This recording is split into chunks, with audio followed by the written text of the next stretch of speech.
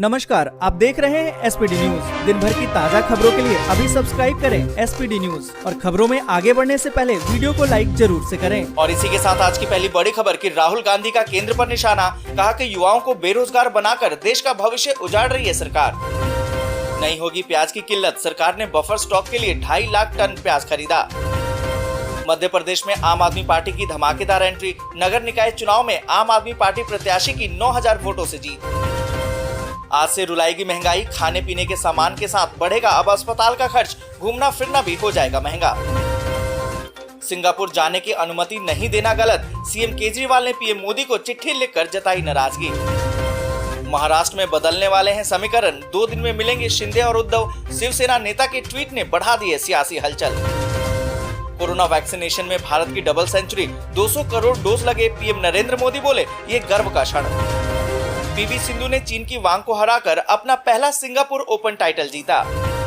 राष्ट्रपति पद के लिए आज होगा मतदान, एनडीए कैंडिडेट द्रौपदी मुर्मू बोली मेरी उम्मीदवारी से आदिवासियों में उत्साह। कोरोना ने बढ़ाई टेंशन, सक्रिय मरीजों की संख्या हुई 1,43,000 के पार, जबकि 49 लोगों की गई जान। इस हफ्ते सोने चांदी की कीमतों में गिरावट, 50,000 के करीब आया सोना, जबकि चांदी भी फिसलकर 55,000 के नीचे आई। यूरोप की हेकड़ी निकालने को आगे बढ़ा रूस, गैस सप्लाई में की कटौती, यूरोप में मच गया है हाहाकार। ब्रिटेन की इकोनॉमी को मजबूत बनाने के लिए कड़े फैसले ले सकते हैं ऋषि सुनक, टैक्स में कटौती को बड़ी कथा की दी है उपमा। रूस यूक्रेन में जंग का 142वां दिन, रूस ने यूक्रेन पर किए हमले तेज, 16 लोग गए मारे। और इसी के साथ आज की बड़ी खबर कि आम आदमी पर जीएसटी का बोझ, आज से ये सामान और सेवाएं हो जाएंगी महंगी। आपको बता दें कि 18 जुलाई से कुछ सामान और सेवाएं महंगी हो रही हैं। केंद्रीय वित्त मंत्री निर्मला सीतारमण की अध्यक्षता में जीएसटी काउंसिल की 47वीं बैठक हुई और इसमें इसका फैसला लिया गया था, जिससे कि आम आदमी पर अब खर्च का बोझ बढ़ जाएगा। बैठक में लिए गए फैसलों के अनुसार कुछ वस्तुएं हैं जिसमें कि पहले के मुताबिक अब उनको ज्यादा कीमत चुकानी पड़ेगी और इन सामानों पर 5% से लेकर 12% तक की दर से जीएसटी लग जाएगा। और आपको बता दें कि फैसले के अनुसार जो भी सामान महंगे होंगे उसमें डिब्बा बंद और लेबल युक्त गेहूं का आटा, पापड़, पनीर, दही और छाछ, मुरमुरे ये सब शामिल है। यानी कि आज से आपको रोजमर्रा की कई जरूरी चीजों के लिए अपनी जेब को ढीली करना पड़ेगा। हालांकि ऐसा नहीं है कि सभी चीजों और सेवाओं पर कीमतें बढ़ गई हैं। कुछ चीजें ऐसी भी हैं जिसके लिए अब आपको कम जीएसटी देना होगा। और इसी के साथ अगली बड़ी खबर कि नहीं होगी प्याज की किल्लत, सरकार ने बफर स्टॉक के लिए 2.5 लाख टन प्याज खरीदा। आपको बता दें कि सरकार ने साल 2022 और 23 में बफर स्टॉक बनाने के लिए किसानों से 2.5 लाख टन प्याज की खरीद की है और प्याज की खुदरा कीमतें बढ़ने पर वो बाजार में दखल देगी। आपको बता दें कि सरकारी आंकड़ों के अनुसार वित्त वर्ष 2021-22 में प्याज का उत्पादन 3 करोड़ 17 लाख टन होने का अनुमान है, जबकि एक साल पहले ये 2 करोड़ 66.4 लाख टन था। और इसी के साथ अगली बड़ी खबर कि कोरोना वैक्सीनेशन में भारत की डबल सेंचुरी, 200 करोड़ डोज लगे, पीएम मोदी बोले ये गर्व का क्षण। आपको बता दें कि भारत में कोरोना वायरस संक्रमण को रोकने के लिए शुरू किए गए टीकाकरण अभियान में अहम उपलब्धि हासिल हुई है और लोगों को दी गई खुराकों की संख्या रविवार को 200 करोड़ के आंकड़े को पार कर गई है। पीएम नरेंद्र मोदी ने इस उपलब्धि को गर्व का क्षण बताया है। आपको बता दें कि स्वास्थ्य मंत्रालय के आंकड़ों के मुताबिक 98% वयस्क आबादी को टीके की कम से कम एक खुराक दी जा चुकी है, जबकि 90% लोगों का पूर्ण टीकाकरण हो चुका है। और इसी के साथ अगली बड़ी खबर कि पीवी सिंधु ने चीन की वांग को हराकर अपना पहला सिंगापुर ओपन टाइटल जीता।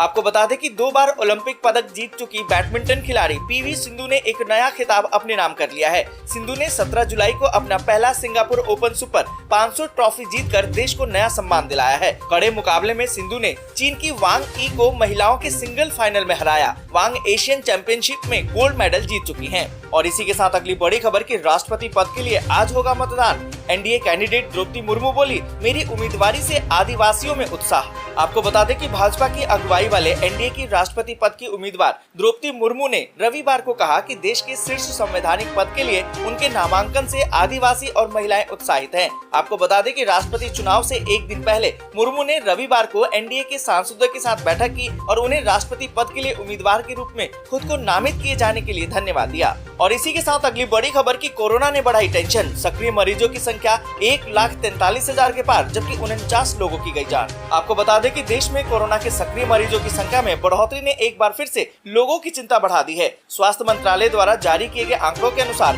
देश में सक्रिय मरीजों की संख्या अब बढ़कर 1,43,449 हो गई है। बीते 24 घंटे की बात करें तो 20,528 नए कोरोना के मामले आए हैं, जबकि 17,790 लोग स्वस्थ भी हुए हैं, जबकि 49 मरीजों की जान चली गई है। और इसी के साथ अगली बड़ी खबर कि इस हफ्ते सोना चांदी की कीमतों में गिरावट, 50,000 के करीब आया सोना, चांदी भी फिसलकर 55,000 के नीचे।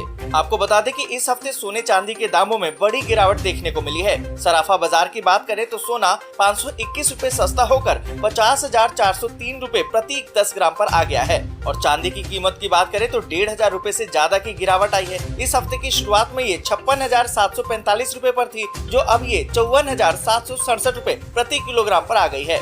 और इसी के साथ अगली बड़ी खबर कि यूरोप की हेकड़ी निकालने को आगे बढ़ा रूस, गैस सप्लाई में की कटौती, रूस में मच सकता है हाहाकार। आपको बता दें कि रूस और यूक्रेन के बीच में चल रहे युद्ध की वजह से यूरोप और अमेरिका जैसे देशों ने रूस पर कई प्रतिबंध लगाए थे। अब रूस ने यूरोपीय देशों की हेकड़ी निकालने के लिए गैस की सप्लाई बंद कर दी है। यूरोप के लिए रूस गैस का सबसे बड़ा सप्लायर है। आपको बता दें कि अगर यूरोपीय देश किसी और जगह से गैस मंगाने की कोशिश करते हैं तो उन्हें रूस की तुलना में ये काफी महंगा पड़ेगा। और आपको बता दें कि रूस ने नॉर्ड स्ट्रीम 1 गैस पाइपलाइन की रिपेयरिंग का बहाना करके यूरोप को गैस की सप्लाई बंद कर दी है और ये एक संकेत है कि यूरोप में ऊर्जा के संकट की जो लोग आशंका जता रहे थे, अब ये एक हकीकत का रूप ले चुका है। और इसी के साथ अगली बड़ी खबर कि ब्रिटेन की इकोनॉमी को मजबूत बनाने के लिए कड़े फैसले ले सकते हैं ऋषि सुनक, टैक्स में कटौती को परिकथा की दी है उपमा। आपको बता दें कि ब्रिटेन के प्रधानमंत्री कैंडिडेट ऋषि सुनक ने कहा है कि वो देश के राजकोषीय को मजबूत बनाने के लिए कठिन फैसले ले सकते हैं। ब्रिटेन के पीएम पद की दौड़ में सबसे आगे चल रहे ऋषि सुनक ने पहली बार टेलीविजन बहस में हिस्सा लिया है। इस बहस में उन्होंने ब्रिटेन में टैक्स और उससे जुड़ी कई प्लानिंग पर अपने विचार रखे हैं। टीवी डिबेट के दौरान सुनक ने अपने प्रतिद्वंदियों द्वारा कर्ज और अधिक लोन दिए जाने की होड़ का विरोध किया है। उन्होंने कहा है कि महंगाई पर काबू पाने के लिए आपको ईमानदार बनना होगा। सुनक ने कहा कि महंगाई पर काबू पाने के लिए उधार लेना समझदारी वाला काम नहीं है। साथ ही आपको बता दें कि ऋषि सुनक ने ब्रिटेन के पूर्व पीएम बोरिस जॉनसन के बारे में कहा कि वे पूरी तरह से तरीके से ईमानदार नहीं थे। और इसी के साथ अगली बड़ी खबर कि रूस यूक्रेन में जंग का 142वां दिन, रूस ने यूक्रेन पर हमले किए थे, 16 लोग गए मारे। आपको बता दें कि रूस और यूक्रेन युद्ध का 142 दिन बीत चुके हैं और आज 143वां दिन है। पिछले 5 महीनों से रूस यूक्रेन पर तबाहतोड़ हमले कर रहा है। रूस ने यूक्रेन में शनिवार को कई स्थानों पर हमले किए, जिसमें कम से कम 16 लोग मारे गए। इससे पहले रूस की सेना ने यूक्रेन पर हमला तेज करने की घोषणा की थी। यहाँ पर आपको बता दें कि रूस ने अपने ताजा हमले में यूक्रेन के उत्तर, पूर्वी और दक्षिणी क्षेत्र को निशाना बनाया है। यूक्रेन के दूसरे सबसे बड़े शहर खार्किव पर हाल ही के दिनों में भारी बमबारी की गई है और यूक्रेन के अधिकारियों और स्थानीय कमांडरों को डर है कि आने वाले दिनों में ये हमले अभी बढ़ सकते हैं। और इसी के साथ अगली बड़ी खबर कि चीन की हर हरकत का जवाब देने को तैयार, LAC और LOC पर तैनात करेंगे S-400 मिसाइल डिफेंस सिस्टम।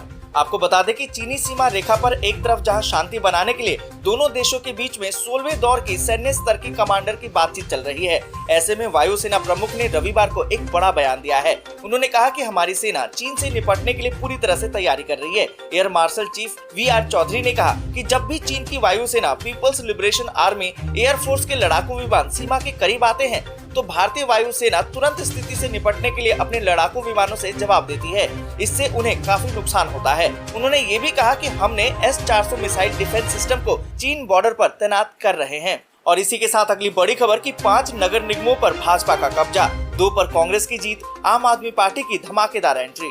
आपको बता दें कि मध्य प्रदेश नगर निगम के चुनाव के नतीजे भाजपा और कांग्रेस के बीच में कड़ी टक्कर को देखने को मिली। आपको बता दें कि मध्य प्रदेश निकाय चुनाव में अभी तक भाजपा ने नगर निगम की 5 सीटों पर जीत दर्ज की, जबकि 2 सीटों पर कांग्रेस को जीत मिली है। वहीं पहली बार निकाय चुनाव में उतरी आम आदमी पार्टी ने सिंगरौली सीट पर कब्जा किया है। आपको बता दें कि भोपाल में भाजपा उम्मीदवार की बढ़त के बाद पार्टी के कार्यकर्ताओं ने जश्न मनाना शुरू। आज के लिए बस यहीं तक। वीडियो आपको अच्छी लगी हो तो लाइक और शेयर जरूर करें।